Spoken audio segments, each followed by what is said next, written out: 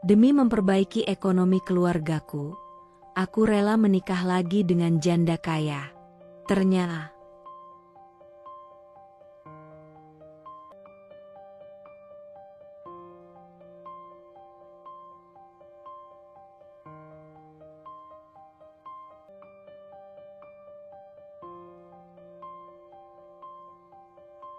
Ramadan kali ini terasa berbeda. Aku duduk termenung di sudut kamar, menatap langit malam yang dihiasi bintang-bintang, mencoba mencari ketenangan di antara gelombang kegelisahan yang menghantui pikiranku. Hidupku sebagai seorang suami dan ayah dari 5 anak bukanlah hal yang mudah. Setiap hari aku bekerja keras, namun tetap saja gaji yang kuterima tak cukup untuk memenuhi kebutuhan mereka. Biaya sekolah, kuliah, dan kebutuhan rumah tangga terus membebani pundakku. Aku lelah, bukan hanya secara fisik, tetapi juga batin. Dalam hati, aku bertanya-tanya, apakah seorang ayah yang baik hanya diukur dari kemampuannya memberi nafkah? Apakah pengorbanan yang kulakukan selama ini belum cukup? Aku ingin menjadi ayah yang baik, suami yang bertanggung jawab, tetapi bagaimana jika semua usahaku tetap tak cukup? Di tengah keputusasaan, sebuah ide muncul, sesuatu yang tak pernah terpikirkan sebelumnya, sesuatu yang bahkan membuat hatiku sendiri bergetar. Aku akan menikah lagi. Bukan karena cinta, bukan karena ingin mengkhianati istri yang telah bertahun-tahun setia mendampingiku, tetapi demi kelangsungan hidup anak-anakku. Seorang janda kaya telah menawarkan diri untuk menjadi istriku. Ia berjanji akan membantu membiayai pendidikan anak-anakku, meringankan beban yang selama ini menghimpitku tanpa belas kasihan. Logikaku berkata ini adalah satu-satunya jalan keluar, satu-satunya cara agar keluargaku bisa bertahan. Tapi hatiku meragu. Tanpa tahu bahwa keputusan ini akan membawa konsekuensi yang lebih besar dari yang pernah kubayangkan. Aku, seorang suami dan ayah dari 5 anak yang masih bersekolah, bahkan ada yang sudah kuliah.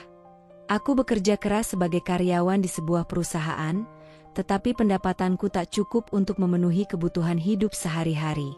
Anak-anakku membutuhkan biaya sekolah dan kuliah yang cukup besar, dan aku merasa tak mampu memberi mereka kehidupan yang lebih baik. Malam itu, aku duduk di meja makan bersama keluargaku. Istriku menghidangkan lauk sederhana, hanya sayur bening dan tempe goreng. Aku tahu, dia berusaha sebaik mungkin menghemat uang belanja agar cukup hingga akhir bulan. Anak-anak makan dalam diam, hanya sesekali terdengar suara sendok beradu dengan piring. Tiba-tiba, anak sulungku, Andi, angkat bicara dengan ragu, "Yah, uang semesteran harus dibayar bulan depan. Kalau enggak, aku enggak bisa ikut ujian." Aku menghentikan suapan dan menatapnya. Dalam sorot matanya, aku bisa melihat kecemasan, harapan, dan rasa bersalah yang bercampur menjadi satu. Aku menelan ludah, mencoba tetap tenang. "Iya, yah, aku juga butuh buku tambahan buat ujian nanti," timpal anak keduaku, Rina. Aku mengalihkan pandangan pada istri yang duduk di seberangku. Matanya yang dulu selalu berbinar kini tampak lelah dan penuh kekhawatiran. Dia menghela napas pelan sebelum berkata, "Uang belanja bulan ini masih cukup, tapi untuk biaya sekolah anak-anak, kita harus mencari solusi." Aku menarik napas dalam-dalam, menekan perasaan yang berkecamuk di dada. "Ayah tahu, ayah akan cari cara," jawabku, meski dalam hati aku bertanya-tanya, dari mana aku bisa mendapatkan uang tambahan? Setelah makan malam, aku duduk termenung di teras rumah, menatap langit gelap tanpa bintang. Aku merasa seperti sedang berjalan dalam kegelapan tanpa arah. Rasanya aku telah gagal sebagai kepala keluarga. Apa gunanya menjadi seorang ayah jika aku tak bisa memberikan kehidupan yang layak untuk anak-anakku? Keesokan harinya di kantor, aku mendengar beberapa rekan kerja berbincang tentang usaha sampingan mereka. Ada yang berjualan online, ada yang menjadi driver ojek daring, ada pula yang mencoba investasi kecil-kecilan. Aku mulai mempertimbangkannya, tapi waktu yang kumiliki begitu terbatas. Pulang kerja saja aku sudah kelelahan. Bagaimana mungkin aku bisa menambah pekerjaan lain? Saat aku tengah larut dalam pikiranku, seorang teman, Rudy, mendekat dan menepuk pundakku. "Bro, kelihatan suntuk banget. Ada masalah?" Aku tersenyum hambar. "Biasalah, masalah duit. Anak-anak butuh biaya sekolah, sementara gaji segini-gini aja." Rudy menatapku sejenak, lalu berbisik, "Kalau aku bilang ada jalan keluar, kamu mau dengerin?" Aku mengernyit. "Apa maksudmu?" Dia mendekatkan wajahnya, suaranya lebih pelan. "Aku kenal seorang janda kaya. Dia lagi cari suami yang bisa menemaninya. Kalau kamu menikah dengannya, dia bisa bantu keuanganmu. Sekali tepuk dua lalat, bro. Kamu dapat istri baru, anak-anakmu juga hidup enak." Jantungku berdegup kencang. Aku terdiam, menatapnya dengan perasaan campur aduk. Menikah lagi? Itu tak pernah terpikirkan olehku. Aku mencintai istriku. Kami telah melalui suka dan duka bersama. Tapi, bagaimana jika ini benar-benar satu-satunya jalan agar keluargaku bisa bertahan? Di rumah, aku duduk di tepi ranjang, menatap istriku yang sudah tertidur. Garis-garis halus mulai tampak di wajahnya, bukti dari kelelahan dan beban hidup yang ia pikul bersamaku. Aku ingin membahagiakannya, ingin memberinya hidup yang lebih baik. Tapi apakah mungkin? Aku menutup wajah dengan kedua tangan. Apakah aku harus melakukan ini? Apakah ini satu-satunya jalan keluar? Aku tidak tahu. Tapi satu hal yang pasti, jika aku mengambil langkah ini, hidupku tak akan pernah sama lagi. Hari itu, aku mengambil keputusan yang mungkin akan mengubah hidupku selamanya. Dengan berat hati, aku menerima tawaran pernikahan dari seorang janda kaya bernama Ratna. Ratna adalah wanita berumur awal 50-an, masih tampak anggun dengan riasan sempurna dan pakaian berkelas. Sejak bercerai bertahun-tahun lalu, ia hidup sendirian di rumah mewahnya. Yang ia cari bukanlah cinta, melainkan seseorang yang bisa menemaninya di sisa hidupnya. Aku hanya melihatnya sebagai jalan keluar dari kesulitan ekonomi yang mencekik keluargaku. Pertemuan pertama kami berlangsung di sebuah restoran mahal yang bahkan aku sendiri tidak akan pernah berani masuk jika tidak diundang. Meja kami dipenuhi hidangan yang bahkan aku tidak tahu namanya. Aku merasa asing, kecil, dan begitu jauh dari dunia yang selama ini ku kenal. Ratna menatapku dengan senyum lembut namun penuh ketegasan. Dia menyesap kopinya sebelum berkata dengan suara tenang, "Aku tahu kamu tidak mencintaiku, dan aku pun tidak mengharapkan itu. Aku hanya ingin seseorang yang bisa menemaniku. Sebagai gantinya, aku akan memastikan keluargamu hidup nyaman." Aku menelan ludah. Hatiku terasa berat, seolah ada sesuatu yang memberontak dari dalam. Aku memikirkan Sari, istriku, perempuan yang telah menemaniku selama lebih dari 20 tahun. Aku membayangkan wajahnya yang lembut, senyumnya yang penuh ketulusan, dan bagaimana dia selalu berusaha menguatkanku meskipun kami hidup dalam keterbatasan. Lalu aku membayangkan anak-anakku, 5 orang yang bergantung padaku, yang butuh biaya sekolah, yang butuh masa depan. Aku menunduk, memandangi cangkir kopi yang masih mengepul di hadapanku. Seharusnya aku merasa lega karena akhirnya ada solusi atas masalah keuangan yang menghimpitku. Tapi kenapa dadaku justru terasa begitu sesak? "Aku akan menikahimu," kataku akhirnya, suara nyaris berbisik. Ratna tersenyum puas. Dan di saat itu, aku merasa seperti seseorang yang baru saja menjual jiwanya. Minggu-minggu berikutnya menjadi siksaan batin. Aku menyembunyikan keputusan ini dari istriku dan anak-anakku, seolah berharap waktu akan berhenti dan aku tidak perlu menghadapi konsekuensinya. Setiap malam, aku berbaring di samping Sari, mendengarnya tertidur dalam kelelahan, sementara aku sendiri tidak bisa memejamkan mata. Aku mengingat semua yang telah kami lalui bersama. Susah senang, tertawa menangis, perjuangan membangun keluarga ini dari nol. Aku mengingat saat anak pertama kami lahir, dan bagaimana aku bersumpah akan selalu melindungi mereka. Dan sekarang, aku akan menghancurkan semua itu dengan tanganku sendiri. Tapi aku telah memutuskan. Dan aku harus berani menghadapinya. Ketika akhirnya aku mengungkapkan niatku, dunia seakan runtuh di hadapanku. Apa? Suara Sari bergetar, matanya membesar dalam keterkejutan. Menikah lagi? Aku menelan ludah, mencoba tetap tenang. Aku lakukan ini demi kalian, demi masa depan anak-anak. Sari tertawa kecil, tapi bukan karena bahagia. Tawanya terdengar getir, penuh kepedihan yang menyesakkan. Demi kami? Kamu mau menikah lagi demi kami? Jadi menurutmu, menghancurkan keluarga ini adalah demi kami? Aku merasakan sesuatu menghantam dadaku. Aku ingin menjelaskan, ingin membuatnya mengerti, tapi kata-kata terasa begitu sulit keluar. Tiba-tiba, suara keras terdengar. Piring di tangan Sari jatuh ke lantai dan pecah berkeping-keping. Anak-anak kami yang sejak tadi mendengar pembicaraan itu langsung berlari ke ruang tamu. Andi, anak sulungku, menatapku dengan mata merah menahan marah. Jadi ayah mau menjual harga diri hanya demi uang? Kenapa ayah nggak cari cara lain? Kenapa harus menikah lagi? Aku terdiam. Aku tahu anakku marah. Dia kecewa. Rina, anak keduaku, ikut menangis. Aku nggak percaya. Ayah tega sama ibu.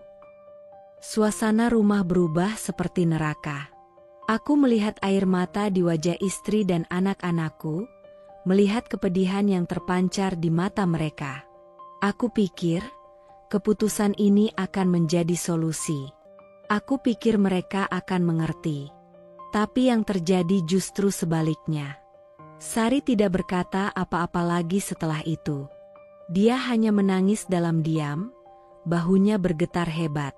Dan di saat itulah aku sadar, aku telah membuat kesalahan yang mungkin tak bisa diperbaiki. Aku pikir ini adalah jalan keluar dari kesulitan. Tapi ternyata, ini justru menjadi awal dari mimpi buruk yang belum pernah kubayangkan. Bulan Ramadan ini terasa begitu berbeda. Tidak ada lagi kehangatan yang biasanya kurasakan ketika duduk bersama keluarga saat sahur atau berbuka puasa. Makanan di meja masih sama, rumah ini masih berdiri seperti biasa, tetapi ada sesuatu yang hilang. Sesuatu yang tak kasat mata, tetapi begitu nyata, kepercayaan dan kebahagiaan keluargaku yang perlahan memudar. Aku duduk termenung di sudut kamar, menatap langit malam melalui jendela yang sedikit terbuka. Cahaya bulan yang redup menyelinap masuk, menyinari ruang yang kini terasa begitu sepi. Aku menarik napas panjang, mencoba mencari ketenangan di antara gelombang kegelisahan yang terus menghantuiku. Aku telah menikah lagi.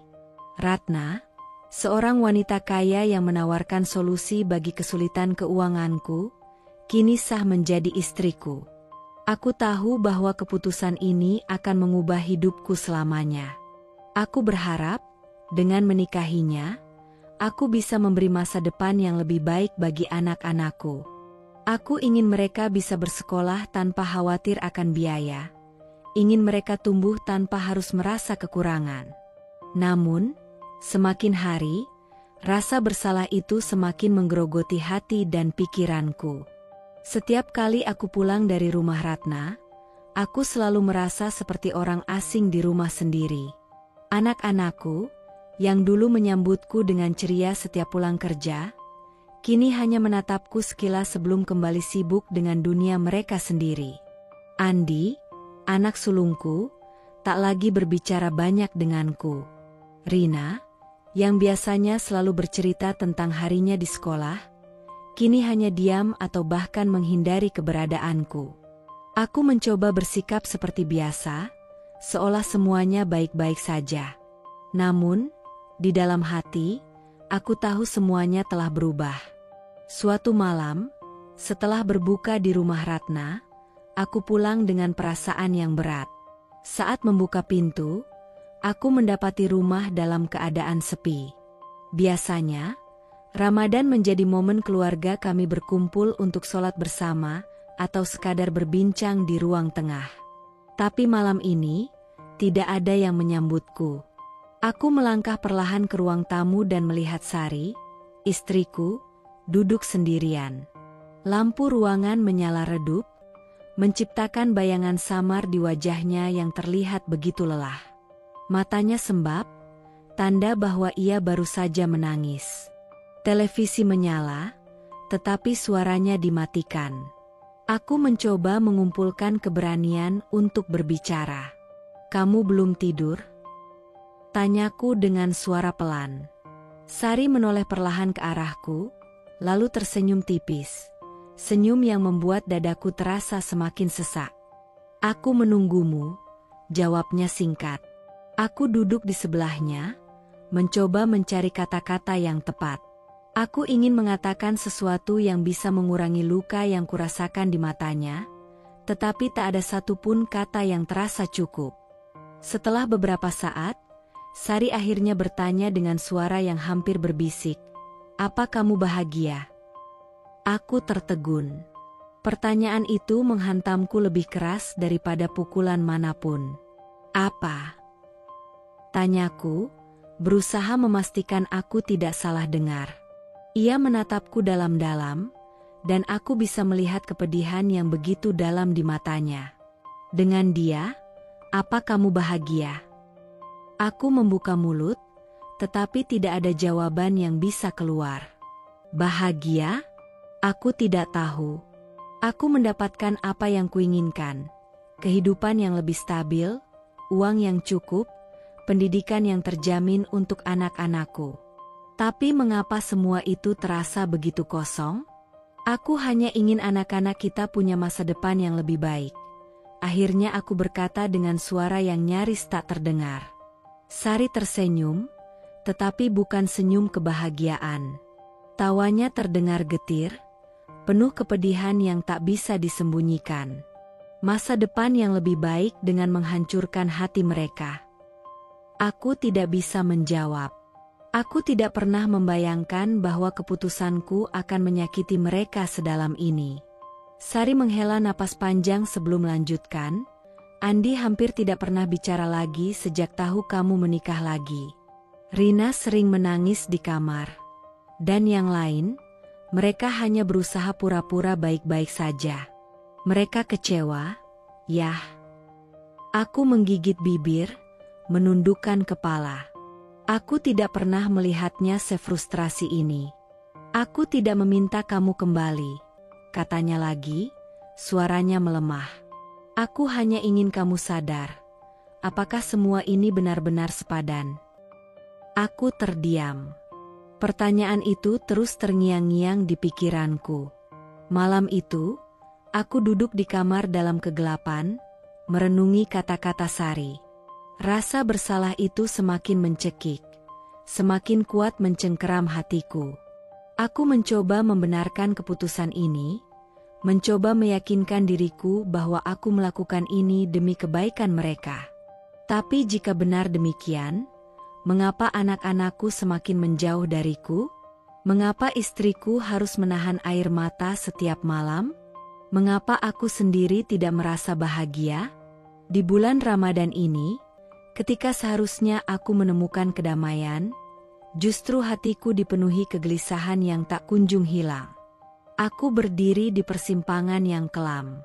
Aku telah memilih jalanku, Tetapi kini aku mulai mempertanyakan apakah aku telah melangkah terlalu jauh hingga tidak bisa kembali. Pernikahanku dengan Ratna mengubah segalanya.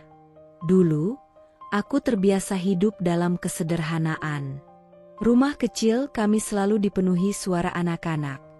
Meski sesekali terdengar keluhan tentang uang sekolah yang belum lunas atau tagihan listrik yang menumpuk.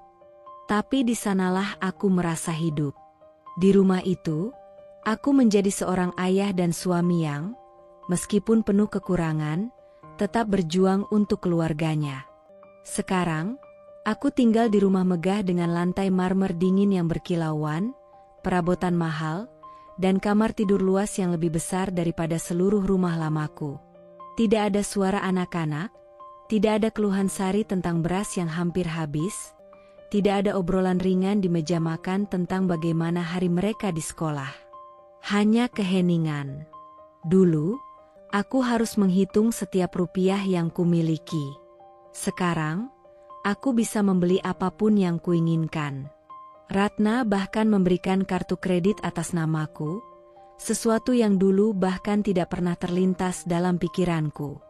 Tapi anehnya, semakin banyak yang kumiliki, semakin kosong yang kurasakan. Aku telah mendapatkan kemudahan hidup, tetapi aku kehilangan sesuatu yang jauh lebih berharga. Ratna adalah wanita yang sangat berbeda dari Sari. Dia elegan, mandiri, dan berwibawa. Kemanapun dia pergi, orang-orang menatapnya dengan hormat. Ketika kami berjalan bersama, aku bisa merasakan betapa dunia menganggap kami pasangan sempurna, suami istri yang serasi dengan kehidupan yang mapan. Tapi hanya aku yang tahu bahwa semua itu tidak seperti yang terlihat. Di dalam rumah, kami lebih sering seperti dua orang asing yang berbagi atap. Ratna adalah wanita yang sibuk. Dia mengelola bisnisnya dengan tangan besi, terbiasa mengendalikan segala sesuatu, termasuk aku. Dia tidak banyak bertanya tentang perasaanku, tidak pernah benar-benar peduli apakah aku bahagia atau tidak. Yang dia pedulikan hanyalah bahwa aku ada di sisinya. Sayang, aku sudah memesan jas baru untukmu. Aku ingin kamu mengenakannya saat makan malam dengan klienku besok, katanya suatu malam, tanpa menoleh dari layar ponselnya. Aku hanya mengangguk. Aku tahu, aku hanya bagian dari citra sempurna yang ingin dia tunjukkan pada dunia. Aku bukan lagi kepala keluarga seperti dulu. Aku hanyalah pria yang sekarang terikat dalam pernikahan yang terasa lebih seperti kesepakatan bisnis daripada hubungan yang sesungguhnya. Sari dulu selalu bertanya apakah aku sudah makan, bagaimana hariku berjalan, apakah aku lelah. Ratna tidak pernah bertanya hal-hal semacam itu. Dan semakin lama aku tinggal di rumah ini, semakin aku merasa seperti kehilangan diriku sendiri. Salah satu alasan utama aku menikah dengan Ratna adalah demi anak-anakku. Aku ingin mereka mendapatkan kehidupan yang lebih baik, kesempatan yang lebih besar, pendidikan yang lebih tinggi. Dan Ratna memang menepati janjinya. Dia membayar semua biaya kuliah Andi dan Rina. Dia juga mengirim uang untuk kebutuhan anak-anakku yang lain.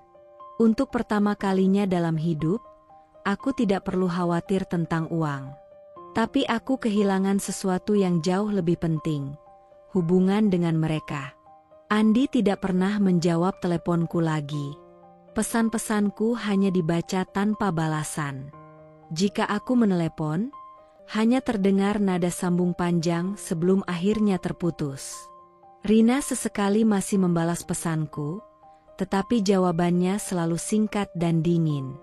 Iya, yah, kuliah baik-baik saja. Udah makan. Gak perlu kirim uang, aku masih ada. Aku bisa merasakan jarak yang semakin melebar. Mereka tidak lagi melihatku sebagai ayah yang dulu mereka kenal. Dalam hati mereka, aku sudah mengkhianati ibu mereka. Dan mungkin mereka benar. Aku tidak tahu apa yang membuatku memberanikan diri menemuinya malam itu. Mungkin karena kesepian yang semakin mencekik. Mungkin karena aku merindukan suara lembutnya. Aku berdiri di depan rumah lamaku, rumah yang dulu kuanggap sebagai tempat pulang, tetapi kini terasa begitu asing. Saat Sari membuka pintu dan melihatku, aku bisa melihat kejutannya. Tapi dia tidak mengatakan apa-apa. Dia hanya menatapku dengan mata yang lelah, lalu melangkah ke samping, mengizinkanku masuk. Aku melangkah masuk, dan segala kenangan menerpaku dengan keras. Bau khas rumah ini masih sama. Tidak ada perabotan mahal seperti di rumah Ratna, tidak ada lampu kristal yang menggantung di langit-langit. Tapi disinilah dulu aku merasa benar-benar hidup. Sari menuangkan teh ke dalam cangkir, lalu duduk di hadapanku. Dia tidak bertanya mengapa aku datang.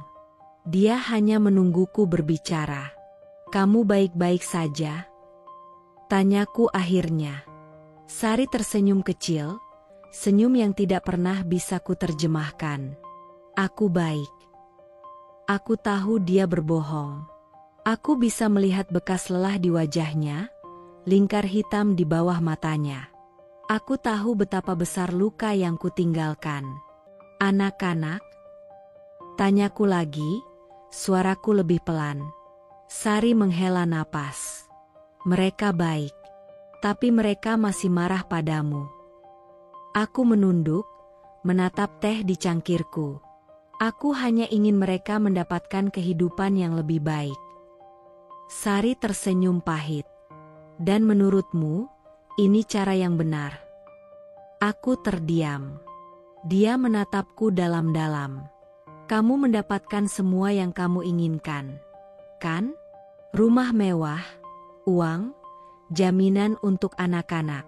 Tapi coba tanya hatimu sendiri, kamu bahagia?" Aku tidak bisa menjawab. Karena untuk pertama kalinya, aku benar-benar menyadari kebenaran yang telah lama kutolak. Aku telah mengorbankan terlalu banyak untuk sesuatu yang ternyata tidak sebanding. Aku pikir menikah dengan Ratna akan membuat hidupku lebih baik. Aku pikir uang bisa menggantikan kebahagiaan. Tapi aku salah. Sangat salah. Dan sekarang, aku tidak tahu apakah aku masih bisa kembali, atau semuanya sudah terlambat. Suatu malam, aku terbangun lebih awal dari biasanya. Jam di dinding menunjukkan pukul 2 dini hari. Aku meraba sisi tempat tidur di sebelahku, kosong. Ratna belum pulang. Perasaanku tidak enak. Aku bangkit, berjalan menuju ruang kerja yang biasa digunakannya. Lampunya masih menyala, dan pintunya sedikit terbuka. Saat aku mendekat, aku mendengar suaranya. "Kamu tidak perlu khawatir." Dia tidak curiga. Langkahku terhenti. Aku menahan napas, mendengarkan lebih lanjut. Dia hanya diam dan menerima semua yang kuberikan. Seperti yang kita rencanakan. Darahku berdesir. Aku tahu dia sedang berbicara tentangku. Tiba-tiba, dunia yang kubangun selama ini runtuh di hadapanku. Aku berpikir bahwa aku adalah pihak yang memanfaatkan keadaan, bahwa aku menikahi Ratna demi keuntungan. Tapi ternyata, akulah yang sedang dimanfaatkan. Aku bukan hanya alat untuk menutupi kesendiriannya, tapi juga bagian dari rencana besarnya. Rencana yang aku bahkan tidak tahu sepenuhnya. Aku berdiri di depan pintu, tubuhku gemetar. Aku ingin masuk dan menuntut penjelasan, tapi aku tahu, tidak akan ada gunanya. Ratna bukan wanita yang akan memberikan jawaban jujur. Dia bukan wanita yang akan merasa bersalah. Seiring berjalannya waktu, aku mulai melihat sesuatu yang tidak pernah kusadari sebelumnya. Ratna berubah, atau mungkin, dia memang selalu seperti ini sejak awal, hanya aku yang terlalu buta untuk mengetahuinya. Aku dulu berpikir bahwa menikah dengannya adalah jalan keluar dari kesulitan ekonomi yang selama ini menghimpitku. Aku berusaha meyakinkan diriku bahwa semua ini demi masa depan anak-anakku, bahwa dengan berada di sisinya, aku bisa memberi mereka kehidupan yang lebih layak.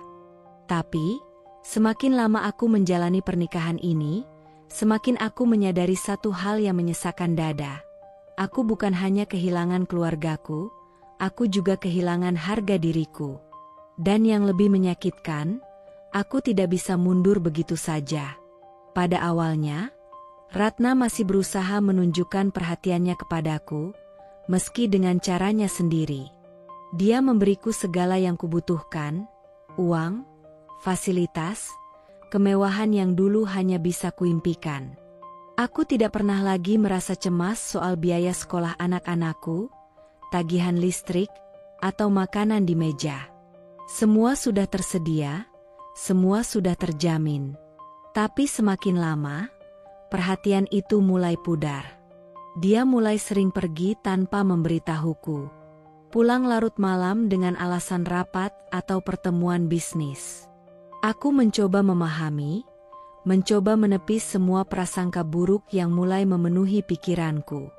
Tapi ketika aku mendapati dia pulang dengan wangi parfum pria yang bukan milikku, hatiku mulai berteriak. Aku mencoba menahan diri. Aku mencoba percaya bahwa ini hanya pikiranku yang berlebihan. Tapi semua berubah di malam itu. Pagi harinya, aku menunggu Ratna di meja makan. Dia datang dengan wajah segar, seolah-olah tidak terjadi apa-apa. Duduk di depanku, menuangkan kopi ke dalam cangkirnya, lalu tersenyum kecil. "Kenapa wajahmu seperti itu?" tanyanya santai. Aku menatapnya tajam. "Aku mendengar teleponmu tadi malam." Senyumnya tidak berubah. Dia hanya menyesap kopinya perlahan, lalu menatapku dengan mata dingin. Lalu, aku menggertakkan gigi. "Siapa yang kamu bicarakan? Apa maksudmu mengatakan aku tidak curiga?" Dia menghela napas, lalu meletakkan cangkirnya dengan tenang. "Kamu ingin tahu jawabannya?" Aku mengangguk. Meskipun aku tahu jawabannya mungkin akan lebih menyakitkan daripada yang kubayangkan. "Baiklah," katanya pelan, menatapku dengan sorot mata yang menusuk. "Aku menikah denganmu bukan karena cinta. Kamu juga menikah denganku bukan karena cinta, bukan?" Aku terdiam. Kita berdua hanya mengambil keuntungan satu sama lain. Kamu ingin uang, aku memberikannya. Aku ingin seseorang yang bisa membuat hidupku lebih seimbang, dan kamu ada di sana. Bukankah itu kesepakatan yang adil? Aku menggelengkan kepala. Tapi aku tidak pernah mengkhianatimu. Dia tertawa kecil, sinis. "Oh, jadi kamu benar-benar berpikir aku hanya akan memiliki satu pria dalam hidupku?" Dada ini terasa sesak. Aku ingin berteriak, ingin marah, ingin membanting semua yang ada di depanku. Tapi aku tahu, kemarahanku tidak akan mengubah apapun. "Siapa mereka?" tanyaku dengan suara gemetar. Dia tersenyum tipis. "Pria yang lebih menguntungkan daripada kamu." Jawabannya menusuk jantungku. Aku mengepalkan tangan di atas meja. "Jadi, aku hanya boneka bagimu." Dia mengangkat bahu. "Anggap saja begitu." Aku tidak bisa berbicara. Tidak ada kata-kata yang bisa menggambarkan rasa sakit yang kini membakar dadaku. Aku telah mengorbankan segalanya untuk pernikahan ini. Aku telah meninggalkan Sari, menyakiti anak-anakku, mengorbankan kehormatan sebagai seorang suami dan ayah, hanya untuk mendapatkan kehidupan yang lebih baik. Tapi ternyata, yang kudapatkan hanyalah kehampaan. Ratna tidak mencintaiku. Dia tidak peduli apakah aku bahagia atau tidak. Baginya, aku hanyalah alat. Seperti benda mati yang bisa ia kendalikan, ia manfaatkan, dan pada akhirnya, ia buang ketika sudah tidak berguna lagi. Dan aku sadar, aku tidak lebih baik darinya. Aku pun menikahinya bukan karena cinta. Aku menikahinya karena aku berpikir bahwa uang bisa menyelesaikan segalanya. Aku berpikir bahwa dengan menikahi seorang wanita kaya, aku bisa mengubah nasib keluargaku. Tapi aku salah. Sangat salah. Dan sekarang, aku harus menanggung akibat dari keserakahanku sendiri. Aku ingin pergi, tapi kemana? Aku sudah kehilangan rumah yang dulu menjadi tempatku pulang. Aku sudah kehilangan Sari. Aku sudah kehilangan anak-anakku. Aku ingin memutar waktu, ingin memperbaiki semuanya. Tapi aku tahu, tidak ada jalan kembali. Aku telah memilih jalanku. Dan kini, aku harus menerima akibatnya. Aku mendapatkan semua yang kuinginkan, tetapi dengan harga yang terlalu mahal. Dan kini, aku bertanya-tanya, apakah masih ada jalan untukku kembali?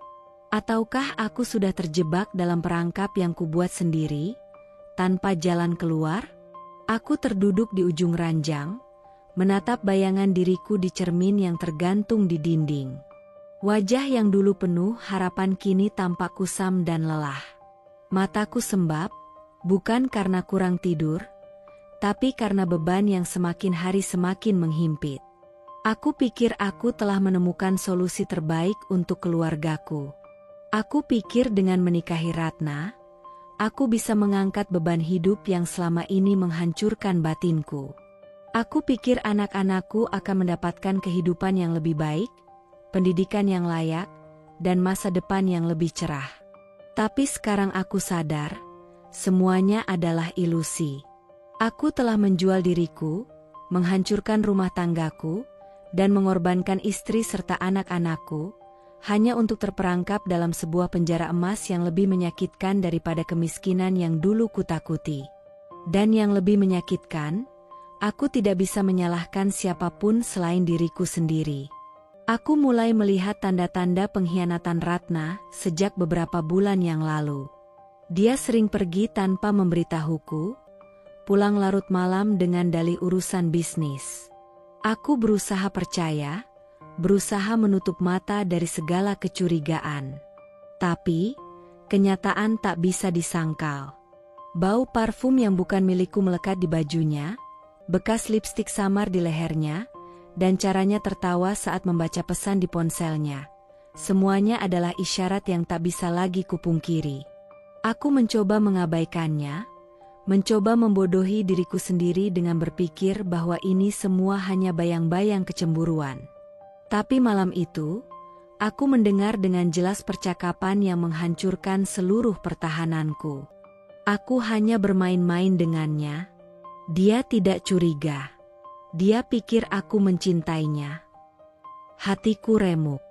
Aku merasakan sakit yang luar biasa, seperti ada pisau yang ditusukkan ke jantungku dan diputar perlahan. Tapi yang lebih menyakitkan lagi, aku tidak bisa marah. Aku tidak bisa berteriak atau menuntut keadilan. Karena aku tahu, aku juga bersalah. Aku menikahi Ratna bukan karena cinta. Aku menerima lamarannya bukan karena ketulusan, melainkan karena aku melihatnya sebagai tiket keluar dari kemiskinan. Aku ingin memperbaiki ekonomi keluargaku, dan untuk itu, aku mengorbankan sesuatu yang jauh lebih berharga, kesetiaan. Jadi, bagaimana aku bisa menuntut kesetiaan dari seseorang yang sejak awal tidak pernah kucintai? Malam itu, aku duduk di ruang tamu, menunggu Ratna pulang. Aku ingin melihatnya, ingin mendengar penjelasannya, meskipun aku tahu semua itu mungkin hanya akan menjadi kebohongan lain yang harus kutelan. Ketika dia akhirnya masuk ke dalam rumah, wajahnya tetap tenang seperti biasa. Seolah-olah dia tidak menyembunyikan apapun. Aku menatapnya tajam. "Dari mana?" Tanyaku dingin. Dia tersenyum kecil, membuka mantel bulunya dan menggantungnya di kursi. "Dari luar, mengurus bisnis." Aku mencengkram lututku erat-erat, berusaha menahan gemuruh di dadaku. "Bisnis apa?" Dia menatapku sejenak sebelum terkekeh kecil. "Kamu sudah tahu jawabannya, bukan?" Aku terdiam. Dia duduk di sofa, menatapku dengan sorot mata penuh kemenangan. Kamu ingin aku mengaku? Baiklah. Dia menyilangkan kaki dan menatapku tanpa rasa bersalah sedikitpun. Aku memang punya pria lain. Bukan hanya satu, tapi beberapa. Mereka lebih kaya darimu, lebih menarik, dan lebih bisa memberiku kehidupan yang kuinginkan. Hatiku bergetar hebat, tapi aku tidak bisa mengatakan apapun. Kenapa? Suaraku terdengar serak. Dia tertawa sinis. Kenapa? Aku bisa bertanya hal yang sama padamu. Kenapa kamu menikah denganku? Bukan karena cinta, bukan? Kamu butuh uang. Kamu butuh seseorang yang bisa menyelesaikan semua masalah keuanganmu. Jadi kenapa sekarang kamu merasa berhak marah? Aku mengepalkan tanganku. Aku tidak pernah mengkhianatimu. Dia menatapku dengan penuh rasa iba yang dibuat-buat. Tidak, kamu hanya mengkhianati istri pertamamu. Kamu mengkhianati keluargamu, anak-anakmu. Jadi sekarang, ketika kamu merasakan sedikit dari apa yang mereka rasakan, kamu merasa sakit? Lucu. Aku terhenyak. Kata-katanya seperti palu godam yang menghantam kesadaranku. Dia benar. Aku memang pengkhianat. Aku telah meninggalkan wanita yang setia kepadaku demi seorang perempuan yang bahkan tidak pernah benar-benar mencintaiku. Aku telah menghancurkan hati anak-anakku demi uang yang kini justru menjadi belenggu di kakiku sendiri. Aku ingin berteriak, ingin membela diriku sendiri, ingin mengatakan bahwa aku adalah korban. Tapi tidak ada gunanya. Aku bukan korban. Aku adalah pelaku yang kini harus menerima karma dari perbuatanku sendiri. Malam itu, aku tidak bisa tidur. Aku duduk di balkon, menatap langit yang dipenuhi bintang-bintang. Dulu, aku sering melakukan ini di rumah lamaku. Sari akan menemani, dan anak-anak akan tertawa di ruang tamu.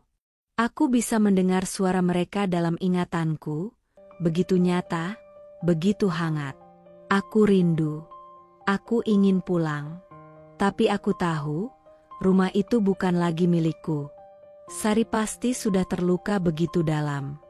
Aku bahkan tidak tahu apakah dia masih mau menerima telepon dariku. Anak-anakku, mungkin mereka sudah membenciku. Aku adalah ayah yang mengkhianati ibu mereka, yang memilih meninggalkan mereka demi kehidupan yang lebih nyaman. Dan kini, kenyamanan itu terasa seperti belenggu yang menjerat leherku. Aku memejamkan mata, menyesali setiap keputusan yang pernah kubuat. Aku pikir aku bisa mendapatkan segalanya. Aku pikir aku bisa mengakali kehidupan. Tapi ternyata, akulah yang telah tertipu. Aku telah mengorbankan cinta sejati demi kebahagiaan semu. Aku telah menjual kehormatanku demi sesuatu yang tidak pernah benar-benar menjadi milikku. Dan kini, aku harus menanggung akibatnya. Aku ingin bertanya pada Tuhan, apakah masih ada kesempatan bagiku untuk memperbaiki semuanya? Ataukah ini adalah hukuman yang harus kuterima atas segala dosa yang telah kulakukan? Aku tidak tahu. Yang aku tahu, aku telah kehilangan segalanya, dan mungkin tidak akan pernah bisa mendapatkannya kembali.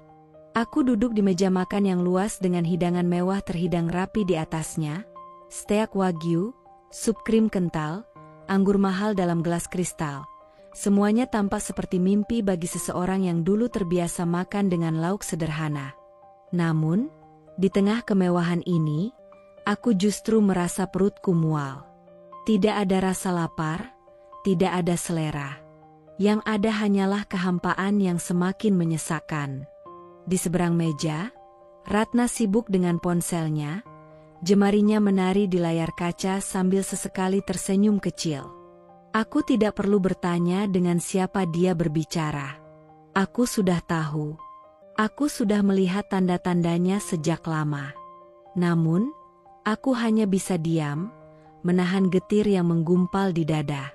Dulu, Aku berpikir bahwa pernikahan ini akan menjadi solusi bagi semua masalahku. Aku pikir, dengan menikahi Ratna, aku bisa mengangkat beban berat yang menekan pundakku selama bertahun-tahun. Aku pikir aku bisa memberikan kehidupan yang lebih baik bagi anak-anakku. Tapi kenyataannya, aku justru semakin jauh dari mereka. Aku kehilangan semuanya. Hari itu, untuk pertama kalinya setelah sekian lama, aku kembali ke rumah lamaku. Rumah yang dulu dipenuhi tawa anak-anakku, rumah yang dulunya menjadi tempatku berlindung dari kerasnya dunia. Namun, saat aku melangkah masuk, atmosfernya terasa berbeda. Tidak ada kehangatan yang dulu begitu akrab. Aku melihat Nadia, putri sulungku, tengah duduk di ruang tamu, sibuk dengan laptopnya. Dia menoleh sekilas ke arahku, lalu kembali menunduk tanpa mengucapkan satu kata pun. Aku menelan ludah, mencoba mengumpulkan keberanian. "Ayah pulang," kataku pelan. Nadia menghentikan pekerjaannya. Tatapannya menusuk, penuh dengan emosi yang berusaha dia tahan. Dia tidak mengatakan apa-apa, hanya menatapku seolah aku adalah orang asing yang tiba-tiba masuk ke dalam rumah ini. Tak lama kemudian, Dani dan dua adiknya keluar dari kamar mereka. Mereka berdiri di ambang pintu, menatapku dengan ekspresi yang sulit dijelaskan. Tidak ada satupun dari mereka yang berlari ke pelukanku seperti dulu. Tidak ada kebahagiaan, tidak ada kerinduan. Yang ada hanyalah kekecewaan. "Ayah hanya ingin melihat kalian," suaraku hampir berbisik. Nadia tersenyum sinis, sebuah senyuman yang tak pernah kulihat sebelumnya. "Melihat kami?" Nada suaranya dingin. "Ayah meninggalkan kami berbulan-bulan, lalu sekarang datang seolah semuanya baik-baik saja." Aku terdiam, tidak tahu harus berkata apa. Dani akhirnya bersuara, suaranya lebih tajam daripada pisau yang menghujam dadaku. "Ayah memilih pergi demi kehidupan yang lebih nyaman. Sekarang kenapa datang? Apa istri baru ayah sudah bosan dengan ayah?" Aku mencoba menahan air mata. "Tidak seperti itu." "Lalu seperti apa?" Nadia menyela. "Ayah yang pergi meninggalkan kami. Kami tidak meminta apa-apa. Kami hanya ingin ayah tetap bersama kami. Tapi ayah memilih pergi. Jadi sekarang, ayah tidak punya hak untuk datang seolah ayah masih bagian dari keluarga ini." Dadaku terasa sesak. Aku ingin mengatakan bahwa aku melakukan semua ini demi mereka, bahwa aku ingin mereka hidup lebih baik. Tapi aku sadar, mereka tidak butuh kemewahan. Mereka hanya butuh ayah mereka. Dan aku telah mengecewakan mereka. Sari akhirnya muncul dari dapur, menatapku dengan sorot mata yang dulu penuh kasih. Tapi kini hanya ada kelelahan di sana. "Apa yang kamu inginkan, Mas?" Tanyanya lembut, tapi suaranya terasa begitu jauh. Aku menatapnya, wanita yang dulu setia mendampingiku dalam suka dan duka. Wanita yang kukhianati demi kenyamanan semu. Aku ingin mengatakan bahwa aku menyesal, bahwa aku ingin pulang, tapi lidahku keluh. Karena aku tahu, aku tidak lagi memiliki tempat di rumah ini. Sari menghela napas. "Kami baik-baik saja, Mas. Meski tanpamu." Aku menunduk. Kata-kata itu menghantamku lebih keras dari pukulan manapun yang pernah kuterima. Aku kembali ke rumah megah Ratna malam itu, tapi rumah ini terasa lebih dingin daripada sebelumnya. Aku duduk di sofa, memandangi ruangan luas yang dulu kuanggap sebagai pencapaian besar dalam hidupku. Tapi sekarang, semuanya terasa hampa. Ratna pulang larut malam, mengenakan gaun mahal yang memeluk tubuhnya dengan sempurna. Dia bahkan tidak menoleh ke arahku saat masuk. "Kamu dari mana?" tanyaku pelan. Dia tersenyum sinis, meletakkan tasnya di meja dan menuangkan anggur ke dalam gelas. "Bertemu teman." Kenapa? Kamu mau mulai bersikap seperti suami cemburu? Aku menghela napas panjang. Aku hanya bertanya. Dia tertawa kecil. Kamu tahu, sejak awal kita menikah, ini bukan soal cinta. Kamu menikah denganku karena butuh uang, dan aku menikahimu karena butuh seseorang untuk mendampingi di mata publik. Jadi kenapa sekarang kamu bertingkah seolah-olah kita ini pasangan romantis? Aku terdiam. Aku ingin menyangkalnya, tapi aku tahu dia benar. Aku tidak pernah mencintainya. Aku hanya melihatnya sebagai jalan keluar dari masalahku. Dan kini, aku terjebak dalam kehidupan yang bahkan lebih menyakitkan daripada kemiskinan yang dulu kutakuti. Aku duduk di balkon malam itu, menatap langit yang dipenuhi bintang-bintang. Dulu, aku sering melakukan ini di rumah lamaku. Dulu, Sari akan menemani, dan anak-anak akan tertawa di ruang tamu. Aku menutup mata, mencoba mengingat suara mereka, mencoba menghidupkan kembali kenangan yang kini terasa begitu jauh. Aku ingin kembali. Aku ingin pulang, memeluk anak-anakku, meminta maaf pada Sari, dan membangun kembali kehidupan yang telah kuhancurkan.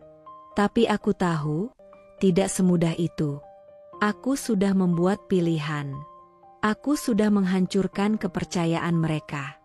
Dan mungkin, tidak ada jalan kembali. Aku berpikir, apakah Tuhan masih memberikan kesempatan bagi seseorang sepertiku? Apakah ada cara untuk memperbaiki semuanya? Ataukah aku harus menerima bahwa aku telah kehilangan segalanya? Dan aku harus menanggung penyesalan ini seumur hidupku? Aku duduk bersimpuh di atas sajadah, tangan gemetar saat mengangkat doa ke langit. Udara malam begitu dingin, meskipun jendela tertutup rapat. Mataku terpejam, berusaha mencari kedamaian dalam sujud panjangku. Aku ingin khusyuk. Ingin benar-benar merasa dekat dengannya, tapi yang kudapatkan hanya gelombang pikiran yang semakin membuat dadaku sesak. Ya Allah, apakah Engkau masih mau menerima taubatku? Aku menarik napas dalam-dalam, tapi paru-paruku terasa berat. Setiap kali aku berusaha fokus beribadah, bayangan masa laluku muncul tanpa permisi. Wajah Sari, istriku yang pertama, yang dengan setia menemaniku selama bertahun-tahun. Tatapan anak-anakku yang dulu penuh cinta, kini berubah menjadi kekecewaan. Aku masih bisa mengingat suara mereka memanggilku, meminta kehadiranku, bukan uangku.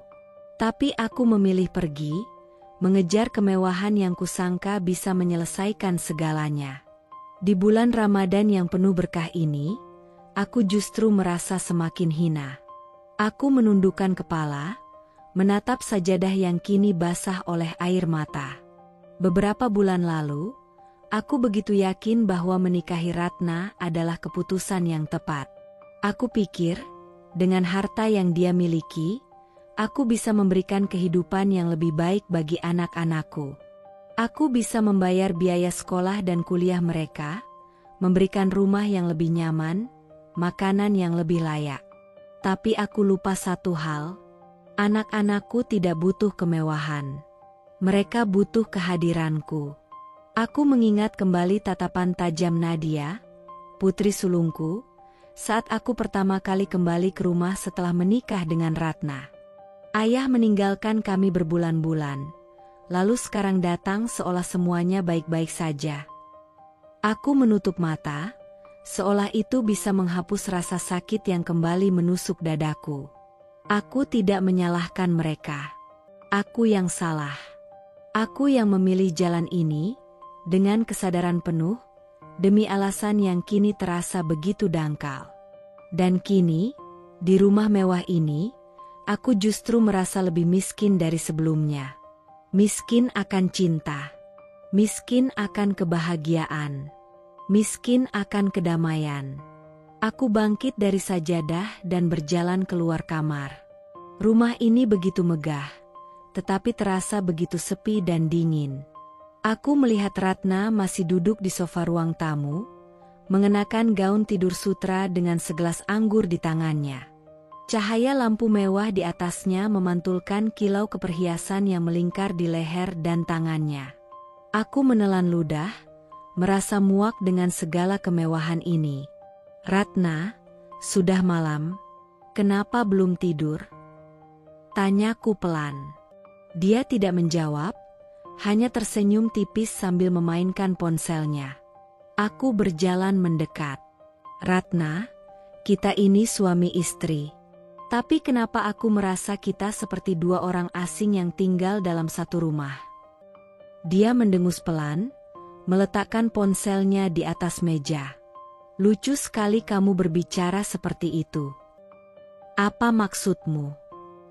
Tanyaku, mencoba tetap tenang. Dia menatapku, ekspresinya tajam. "Kamu menikahiku demi uang. Aku menikahimu demi citra. Lalu sekarang kamu bertingkah seolah-olah kita ini pasangan yang saling mencintai." Aku terdiam. Dia benar. Tidak ada cinta di antara kami. Pernikahan ini hanyalah kesepakatan yang dibalut dengan akad suci. Kami sama-sama serakah. Sama-sama mengutamakan materi dibandingkan keikhlasan dalam pernikahan. "Aku ingin berubah, Ratna," gumamku hampir tanpa suara. Dia tertawa kecil, lalu menyesap anggurnya. "Terserah kamu." Aku menatapnya lama, lalu berbalik menuju kamar. Tidak ada gunanya berbicara dengannya. Kami sudah berada di jalan yang berbeda. Aku kembali duduk di sajadah, tanganku mencengkeram kainnya dengan erat. Ya Allah, aku telah salah langkah. Aku telah menjadi pria yang hina. Aku mengorbankan keluargaku demi kehidupan yang semu. Aku telah mengkhianati istriku yang setia dan menyakiti anak-anakku. Aku tidak ingin terus seperti ini. Aku ingin kembali. Aku ingin menebus semua kesalahan ini. Tapi bagaimana? Ya Allah, bagaimana caranya? Aku menangis. Benar-benar menangis. Bukan sekadar menangisi nasib, tapi menangisi kebodohanku sendiri. Aku sadar, penyesalan saja tidak cukup. Aku harus berani mengambil langkah. Aku harus mencari jalan pulang. Tapi apakah keluargaku masih mau menerimaku kembali? Apakah aku masih punya kesempatan kedua? Aku tidak tahu. Tapi aku harus mencoba. Aku tidak bisa terus hidup dalam dosa ini. Aku harus keluar dari jebakan yang kubuat sendiri. Aku harus kembali, sebelum semuanya benar-benar terlambat. Matahari belum sepenuhnya muncul saat aku duduk di teras rumah, menyesap teh yang kini terasa hambar. Ramadan kali ini seharusnya menjadi bulan penuh kedamaian, tapi aku justru merasa semakin gelisah. Entah mengapa, udara pagi yang biasanya sejuk terasa begitu menyesakkan. Ada sesuatu yang mengganggu pikiranku, seperti firasat buruk yang tak bisa kujelaskan. Sejak beberapa minggu terakhir, aku mulai melihat perubahan pada Ratna. Dia yang biasanya penuh percaya diri, kini tampak semakin sering murung. Dia jarang bicara, lebih sering menatap ponsel dengan ekspresi gelisah. Awalnya aku tidak terlalu memikirkannya. Hubungan kami memang tidak pernah benar-benar harmonis. Kami menikah bukan karena cinta, tetapi karena kebutuhan. Aku butuh hartanya untuk membiayai hidup dan pendidikan anak-anakku, dan dia butuh seseorang untuk menjaga citra sosialnya. Namun, hari ini ada yang berbeda. Pintu rumah tiba-tiba terbuka dengan kasar, membuatku tersentak. Ratna masuk dengan langkah tergesa-gesa, wajahnya pucat pasi, dan matanya sembab seolah habis menangis berjam-jam. Tangannya gemetar saat melempar tasnya ke lantai. Aku segera bangkit, merasa ada sesuatu yang tidak beres. "Ratna, ada apa?" Tanyaku dengan nada waspada.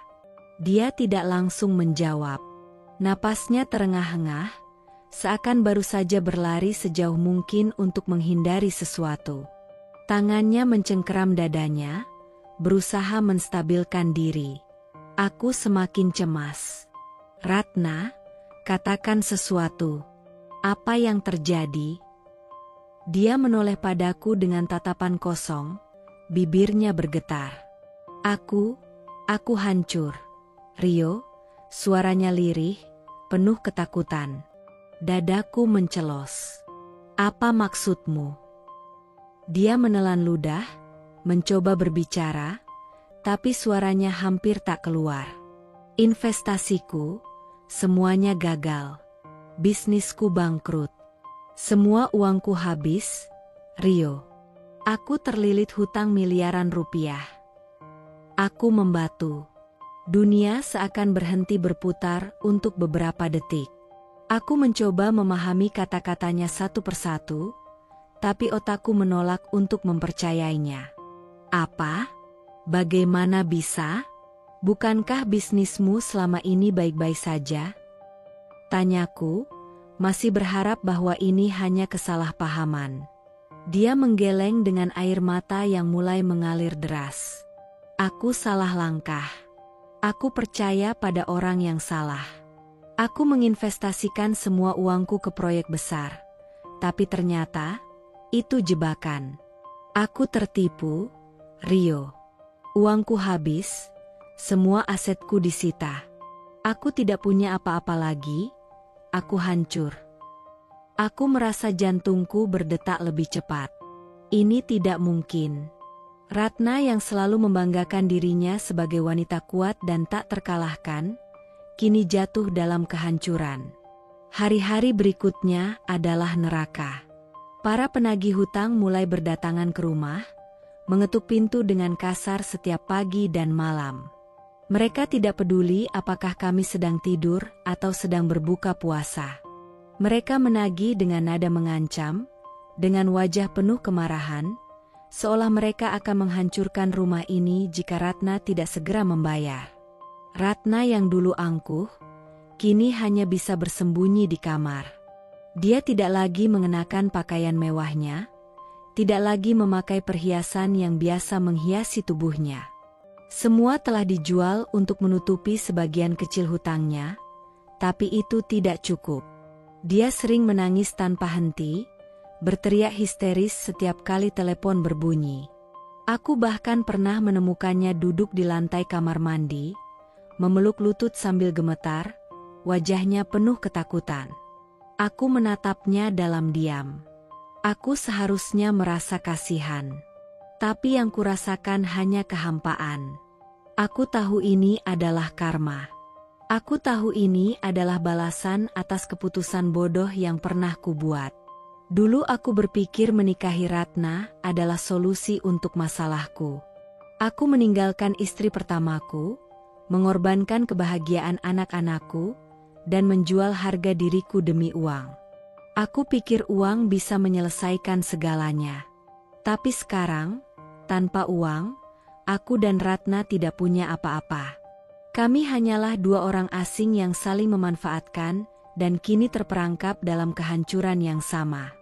Tapi sekarang, tanpa uang, aku dan Ratna tidak punya apa-apa. Kami hanyalah dua orang asing yang saling memanfaatkan dan kini terperangkap dalam kehancuran yang sama. Malam itu, aku duduk di ruang tamu dengan lampu redup. Ratna duduk di sudut sofa, wajahnya kosong, matanya bengkak karena terlalu banyak menangis. Apa yang harus kita lakukan? Suaranya lirih, hampir tak terdengar. Aku tidak menjawab. Aku bahkan tidak tahu harus berkata apa. Semua jalan seakan buntu. Kami tidak bisa lari dari kenyataan ini. Lalu tiba-tiba, dia menatapku dengan sorot mata yang membuat bulu kuduku meremang. Rio, bagaimana kalau kita lari saja? Aku mengerutkan kening. Apa? Kita jual semua yang tersisa, kita pergi ke tempat lain, mulai hidup baru. Kita bisa melarikan diri dari para penagih hutang. Kita bisa. Aku menggeleng tegas. Tidak. Itu bukan solusi, Ratna. Dia menatapku dengan penuh keputusasaan. Lalu apa? Kita menunggu sampai mereka menghancurkan kita?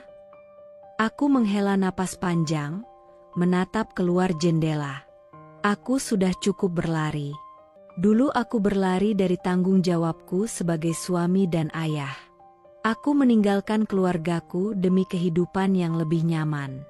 Dan lihatlah di mana aku sekarang. Aku telah kehilangan segalanya. Aku menatap Ratna dengan tatapan yang penuh kesadaran. Kita harus bertanggung jawab. Ini bukan hanya tentang hutang. Ini tentang hidup kita. Aku tidak mau menghabiskan sisa hidupku dalam pelarian. Ratna menatapku lama, lalu akhirnya menunduk dan menangis pelan.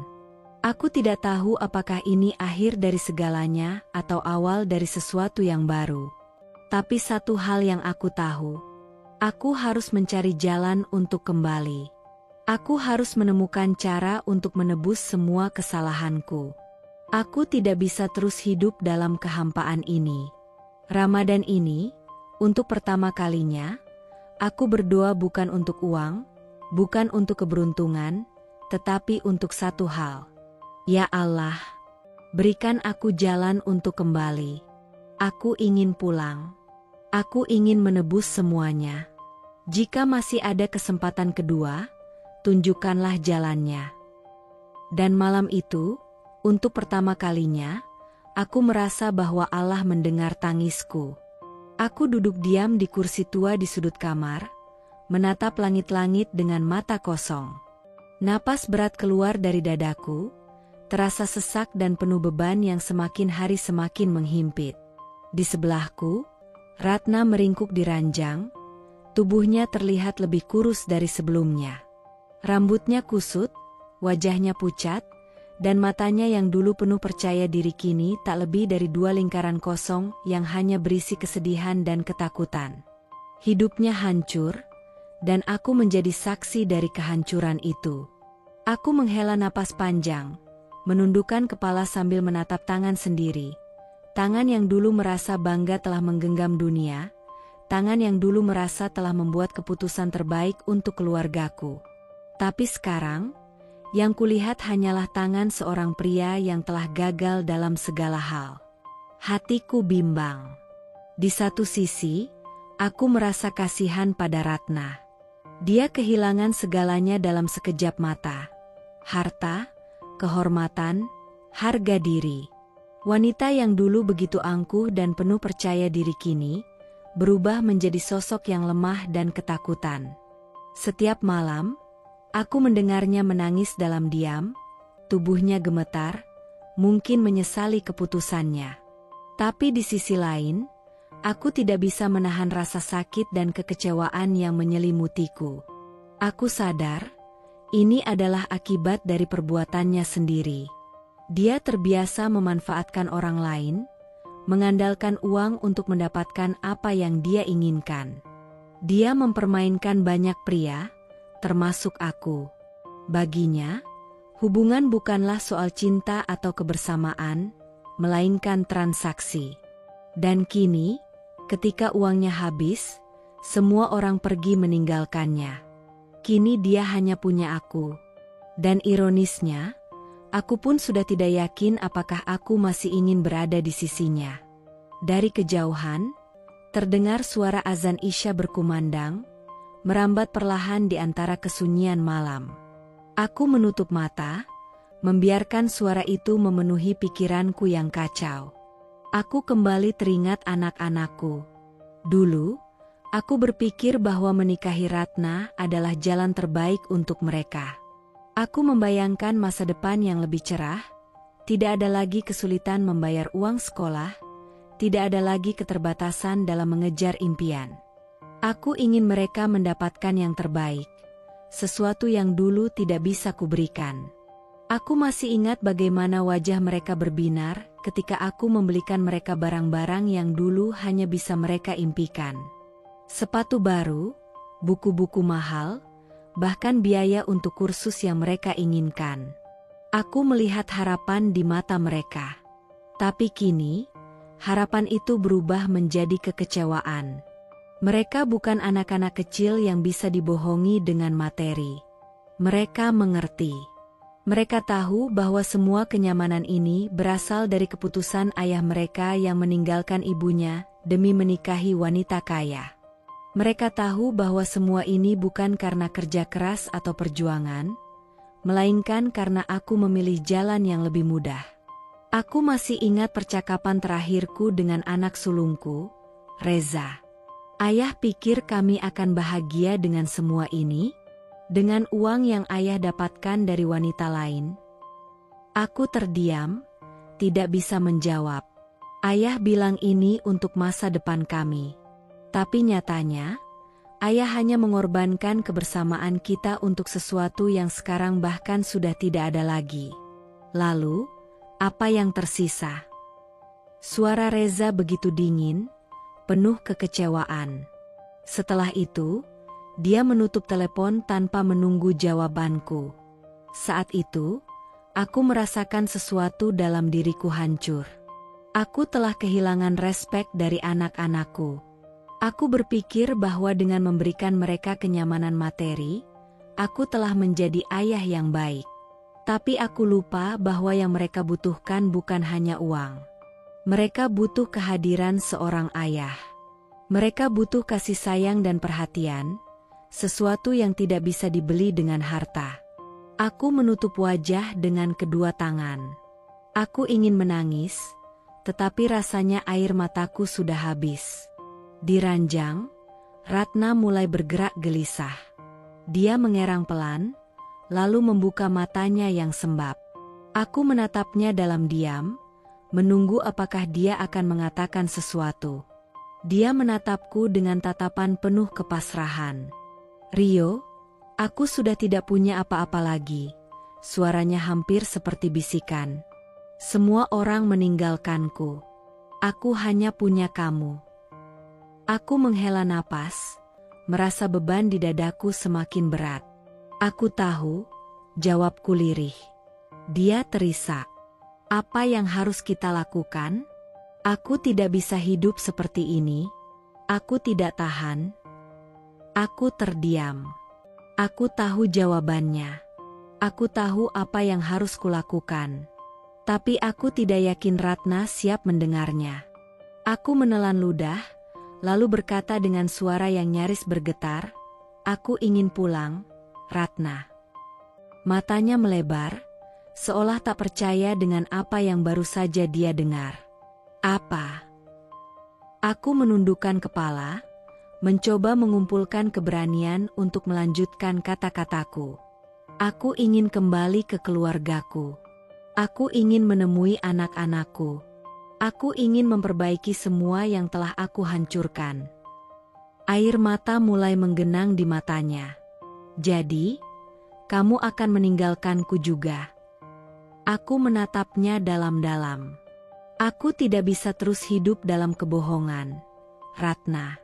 Aku sudah membuat terlalu banyak kesalahan. Jika aku terus di sini, aku hanya akan semakin tenggelam dalam rasa bersalah." Dia mulai menangis, menggenggam tanganku dengan erat. "Jangan pergi, Rio. Aku butuh kamu. Aku tidak bisa sendiri."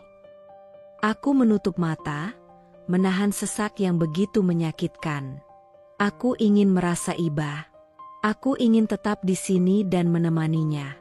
Tapi jika aku tetap tinggal, aku tahu aku hanya akan semakin tenggelam dalam keterpurukan ini.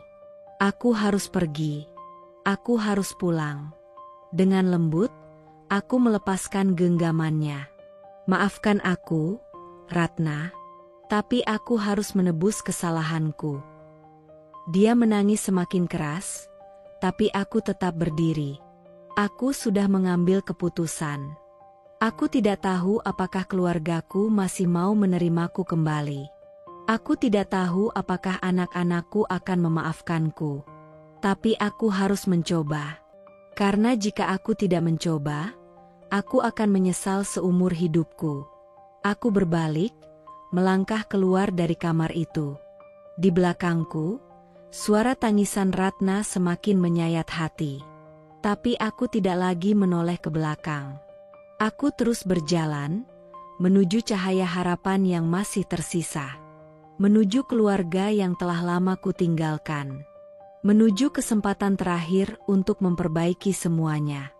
Aku duduk di ruang tamu rumah megah ini, menatap kosong pada dinding yang dulu begitu kubanggakan. Dulu, aku merasa rumah ini adalah puncak dari pencapaianku, hasil dari keputusanku memilih kenyamanan finansial daripada mempertahankan keluarga yang telah menemani hari-hari sulitku. Namun, kini rumah ini terasa seperti penjara. Dingin, sepi, tak ada lagi suara tawa, tak ada lagi percakapan hangat. Hanya ada gema langkahku yang berderap pelan di lantai marmer yang kini terasa lebih seperti es. Aku memejamkan mata, membiarkan semua kenangan berputar di kepalaku. Aku mengira kebahagiaan bisa dibeli. Aku mengira dengan menikahi Ratna, seorang janda kaya raya, aku telah menemukan jalan keluar dari kesulitan yang menghimpitku. Aku pikir dengan kekayaannya, aku bisa membangun kehidupan yang lebih baik untuk anak-anakku. Aku pikir mereka akan mengerti dan menerima keputusanku. Tapi aku salah. Aku telah kehilangan lebih banyak daripada yang pernah kubayangkan. Aku kehilangan respek anak-anakku. Aku kehilangan istri yang selalu setia menemaniku, bahkan di saat-saat terburukku. Dan yang lebih buruk, aku kehilangan diriku sendiri. Aku melirik ke arah Ratna yang duduk tak jauh dariku. Dulu dia begitu berkilau, begitu penuh percaya diri dengan segala yang dia miliki. Sekarang, dia hanyalah bayangan dari dirinya yang dulu. Matanya kosong, wajahnya pucat, dan rambut yang dulu selalu tertata rapi kini tampak kusut, mencerminkan kekacauan yang juga terjadi dalam hidupnya. Dia menatapku dengan tatapan yang sulit kuartikan, ada keputusasaan, ada rasa takut, dan mungkin juga ada penyesalan yang terlambat. Kami berdua sama-sama terperangkap dalam permainan duniawi yang kami ciptakan sendiri. Aku menikahinya bukan karena cinta, melainkan karena kebutuhan. Aku membutuhkan hartanya untuk menopang kehidupan anak-anakku, dan dia membutuhkan sosok pria di sisinya untuk menjaga citranya. Kami pikir ini adalah simbiosis yang sempurna. Tapi kenyataannya, kami hanya menipu diri sendiri. Hubungan ini tidak pernah dibangun atas dasar cinta, kepercayaan, atau kasih sayang. Ini adalah hubungan yang rapuh, hanya bertahan selama ada materi yang bisa dipertahankan. Dan sekarang, ketika semua itu hancur, yang tersisa hanyalah kehampaan. Ratna kehilangan segalanya. Dan aku kehilangan lebih banyak. Aku meremas rambutku, mencoba mengusir semua penyesalan yang mulai menyelimuti hatiku. Aku berpikir, berapa banyak waktu yang telah kusia-siakan dalam ilusi kebahagiaan ini? Berapa banyak malam yang kulewatkan tanpa mendengar cerita anak-anakku tentang harapan dan impian mereka? Berapa banyak air mata yang ditahan istriku dalam kesendirian, menunggu suaminya yang tak pernah kembali? Aku teringat kata-kata anak sulungku, Reza, dalam percakapan terakhir kami. Ayah pikir kami akan bahagia dengan semua ini? Dengan uang yang ayah dapatkan dari wanita lain? Aku tidak bisa menjawabnya saat itu. Dan bahkan sekarang, aku masih belum bisa menemukan jawaban yang cukup pantas. Ayah bilang ini demi masa depan kami. Tapi nyatanya, ayah hanya mengorbankan keluarga untuk sesuatu yang sekarang bahkan sudah tidak ada lagi. Lalu, apa yang tersisa? Pertanyaan itu menghantamku lebih keras daripada pukulan manapun yang pernah kuterima. Apa yang tersisa? Aku menundukkan kepala, menyadari sesuatu yang seharusnya sudah kusadari sejak lama. Kebahagiaan bukanlah tentang uang atau materi. Bukan tentang rumah besar, bukan tentang mobil mewah, bukan tentang saldo di rekening. Kebahagiaan adalah tentang kebersamaan. Tentang anak-anak yang berlari menyambut ayah mereka sepulang kerja.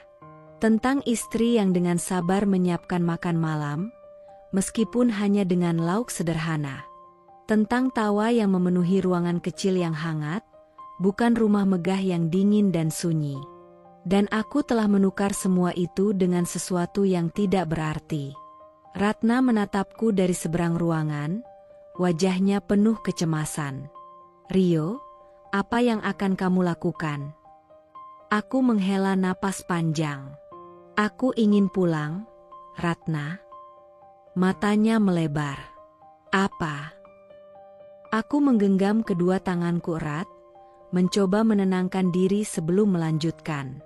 Aku ingin kembali ke keluargaku. Aku ingin menemui anak-anakku.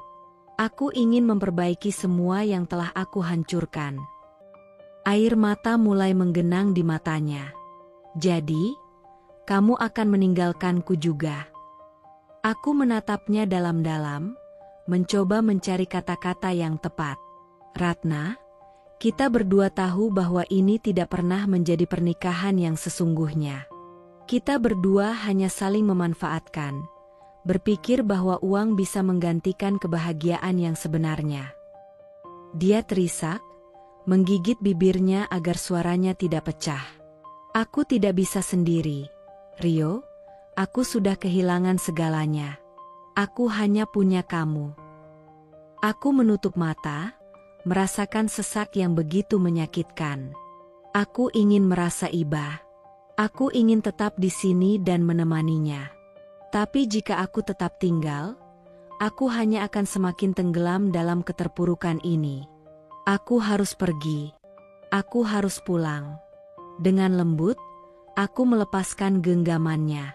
Maafkan aku, Ratna, tapi aku harus menebus kesalahanku.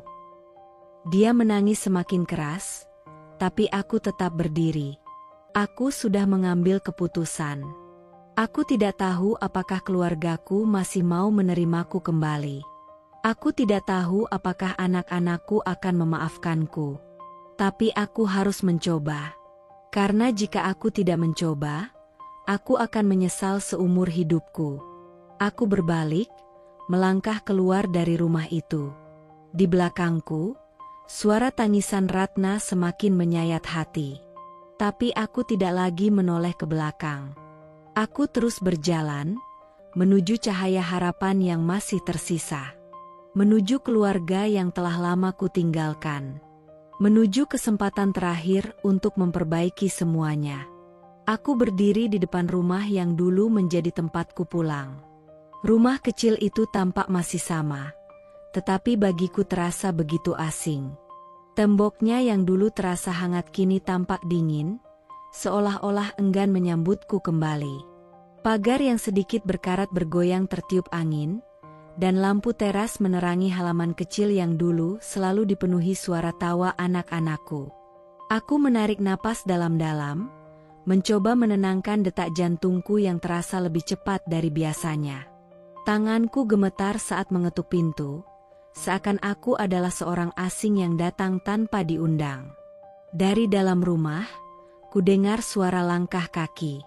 Pintu terbuka perlahan, dan di hadapanku berdiri seorang wanita yang telah menemaniku selama bertahun-tahun. Wajahnya masih sama seperti yang kuingat, tetapi ada garis kesedihan yang semakin jelas di sana. Matanya yang dulu penuh kelembutan kini tampak redup, seolah-olah aku telah memadamkan sinarnya dengan kesalahan yang kubuat.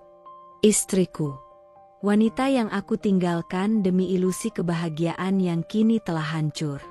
Aku menelan ludah, merasa begitu kecil di hadapannya. Aku ingin berbicara, ingin mengatakan begitu banyak hal, tetapi suaraku tertahan di tenggorokan. Dia hanya diam. Tatapannya kosong, tetapi aku bisa melihat bagaimana jemarinya sedikit bergetar. Aku menghela napas berat, mencoba mengumpulkan keberanian yang tersisa. Aku pulang. Hanya dua kata itu yang akhirnya keluar dari bibirku, dan bahkan aku sendiri tak yakin apakah kata-kata itu cukup untuk menebus semua kesalahanku. Dia tetap diam. Tidak ada amarah, tidak ada air mata, hanya tatapan yang seakan bertanya. Setelah semua yang kulakukan, apa yang membuatku berpikir bahwa aku bisa kembali begitu saja? Aku mengepalkan tanganku, merasa semakin berat menanggung beban yang menghimpit dadaku. Aku tahu aku telah melakukan kesalahan besar. Lanjutku dengan suara serak. Aku tahu aku telah menyakitimu, telah menghancurkan keluarga kita. Tapi aku ingin memperbaikinya. Aku ingin kembali. Matanya masih tak menunjukkan emosi yang jelas, tetapi aku bisa melihat dadanya naik turun perlahan. Aku melanjutkan, aku tidak meminta untuk langsung dimaafkan. Aku hanya ingin kesempatan. Aku ingin membuktikan bahwa aku menyesali semua yang telah kulakukan. Aku tidak akan pergi lagi. Aku tidak akan mengejar hal-hal yang seharusnya tidak pernah kuinginkan. Aku hanya ingin pulang, kembali kepada keluargaku.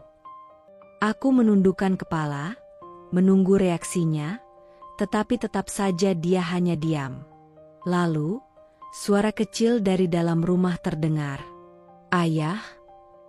Aku mengangkat kepala dan melihat anak bungsuku berdiri di ambang pintu. Matanya berbinar penuh harapan, tetapi juga kebingungan. Dia ragu-ragu melangkah mendekat, seolah takut bahwa aku hanyalah bayangan yang akan menghilang begitu saja.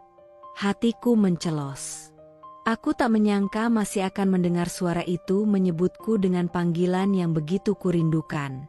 Aku tersenyum, meskipun air mata mulai menggenang di pelupuk mataku. "Iya, Nak, ayah pulang." Dalam sekejap, dia berlari ke arahku dan memelukku erat. Tubuh kecilnya menggigil dalam dekapanku, seolah takut aku akan pergi lagi. Aku merasakan tangannya yang kecil mencengkeram bajuku begitu kuat, seakan ingin memastikan bahwa aku benar-benar ada di sini.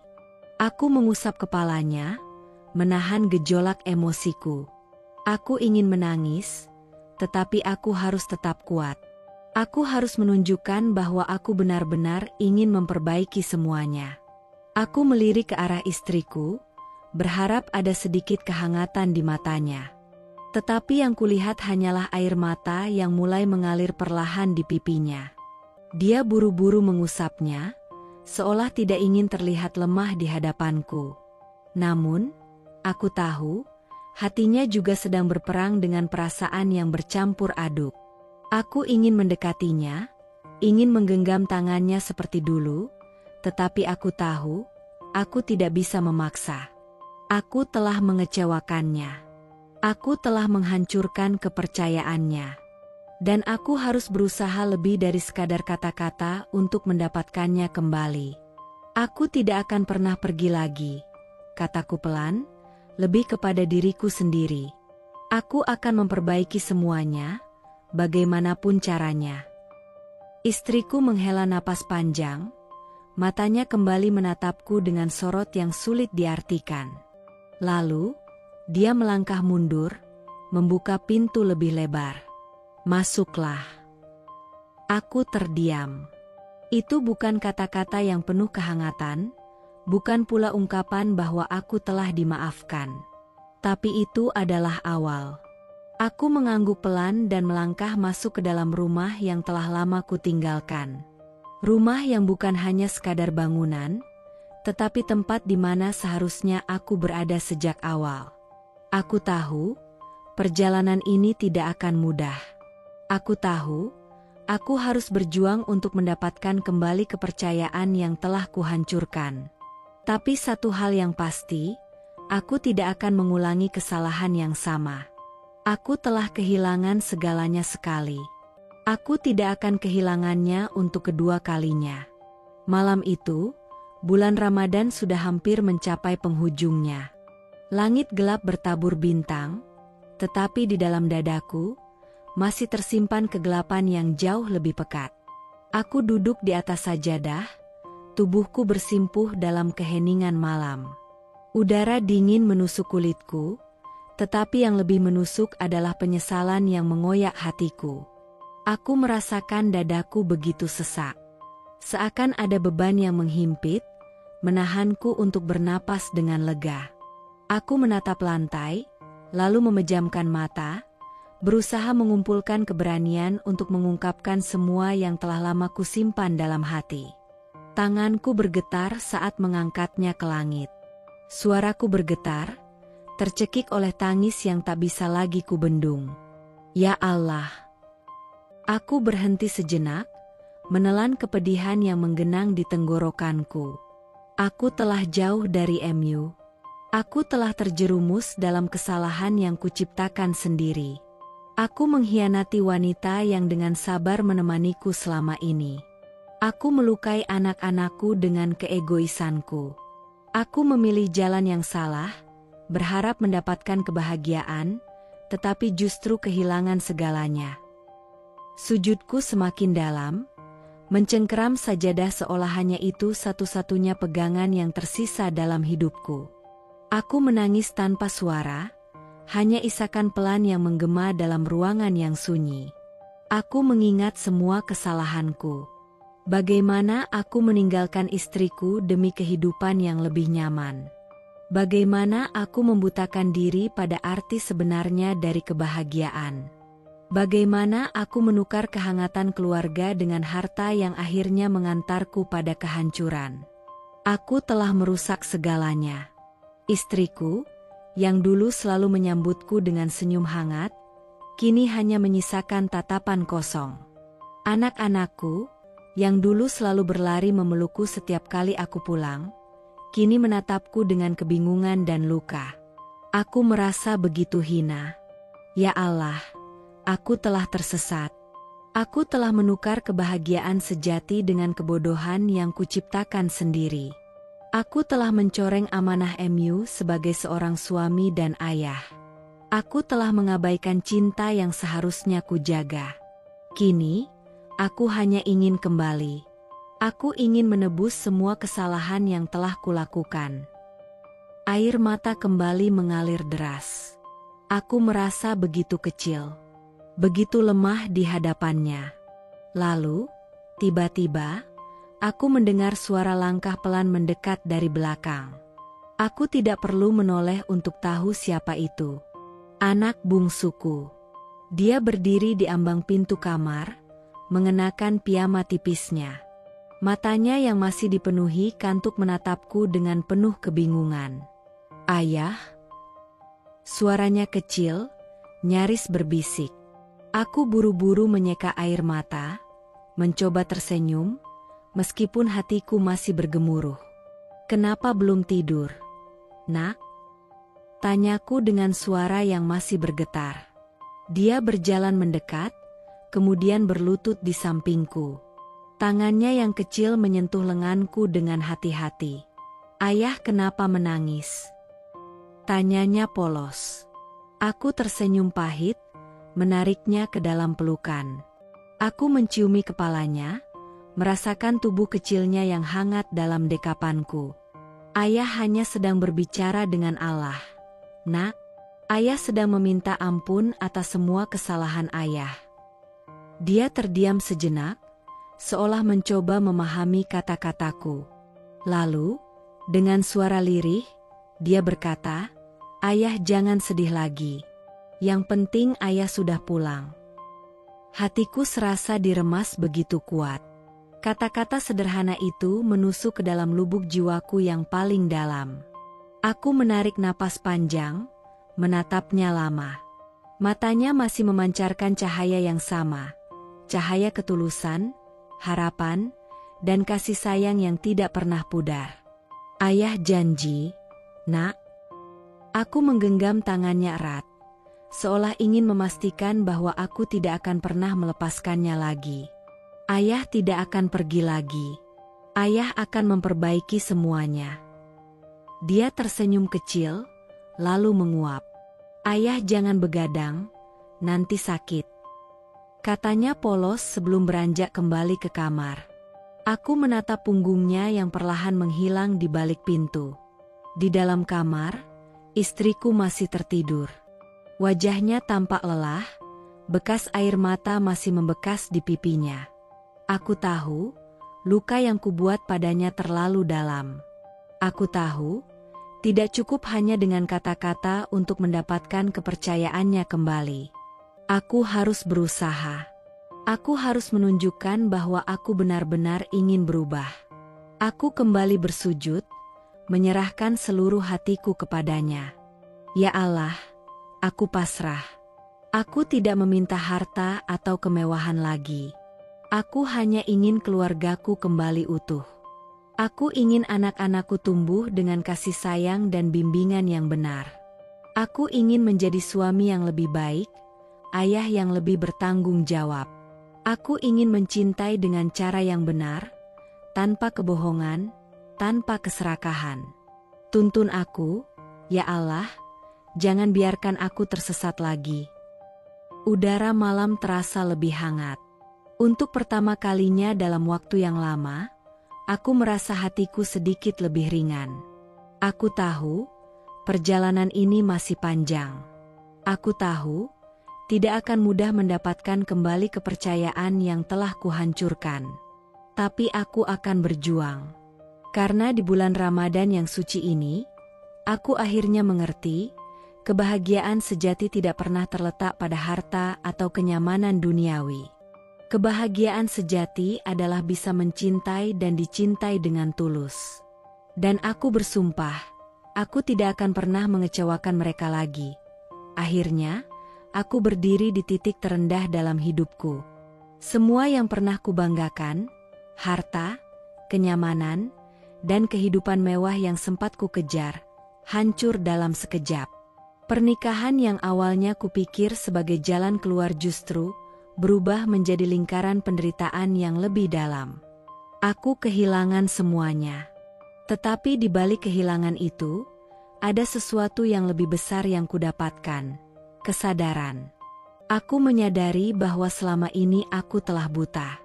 Aku telah membiarkan keserakahan menuntunku ke jalan yang salah. Aku telah menukar cinta sejati dengan kesenangan sesaat. Aku telah mengabaikan mereka yang tulus mencintaiku demi sesuatu yang fana. Sekarang, dalam kejatuhanku, aku akhirnya melihat apa yang benar-benar penting. Keluarga. Bukan rumah megah atau perhiasan mahal yang memberi kebahagiaan, melainkan kebersamaan dengan mereka yang mencintaiku tanpa syarat. Tatapan hangat istriku, tawa anak-anakku, suara riang mereka saat kami duduk bersama di ruang tamu yang sederhana, itulah yang seharusnya aku jaga sejak awal. Di bulan Ramadan yang penuh berkah ini, aku bersujud lebih lama, merendahkan diri di hadapannya. Aku memohon ampun, bukan hanya untuk dosa-dosa yang telah kulakukan, tetapi juga untuk kebodohanku yang hampir menghancurkan segalanya.